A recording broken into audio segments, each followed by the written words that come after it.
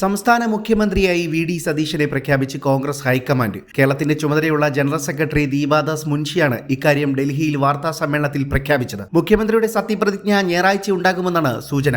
തീരുമാനം കെ.സി. വേണുഗോപാലിനെ രാഹുൽ ഗാന്ധി അറിയിച്ചതായിട്ടാണ് വിവരം. തൊട്ടുപിന്നാലെ രമേശ് ചെന്നിത്തലയ്ക്കും രാഹുലിന്റെ ഫോൺ കോളെത്തി. കൊച്ചിയിൽ നിന്നും രാവിലെ യാത്ര തിരിച്ച വി ഡി സതീശൻ നിലവിൽ കൊല്ലം പിന്നിട്ടിട്ടുണ്ട്.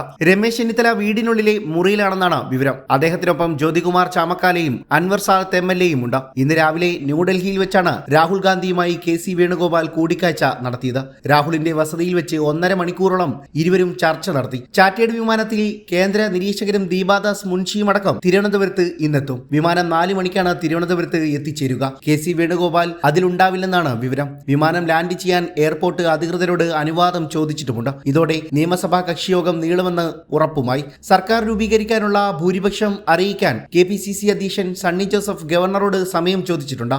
എപ്പോൾ വേണമെങ്കിലും എത്താമെന്നും ലോക് ഭവനിൽ ഉണ്ടാകുമെന്നുമായിരുന്നു ഗവർണറുടെ മറുപടി. മുഖ്യമന്ത്രി ആരെന്ന കാര്യത്തിൽ നേതാക്കളെ വിളിച്ച് രാഹുൽ ഗാന്ധി ഇതുവരെ തീരുമാനം അറിയിച്ചിട്ടുമില്ല. ഘടകകക്ഷികളോടും അദ്ദേഹം പേര് പറഞ്ഞിട്ടില്ല എന്നാണ് സൂചന. നിയമസഭാ കക്ഷി യോഗത്തിന് ശേഷം ഡൽഹിയിൽ നിന്ന് മുഖ്യമന്ത്രിയെ പ്രഖ്യാപിക്കുന്നതാണ് പതിവ് രീതി. എന്നാൽ ഇക്കാര്യത്തിലും അന്തിമ തീരുമാനം പുറത്തു വന്നിരുന്നില്ല.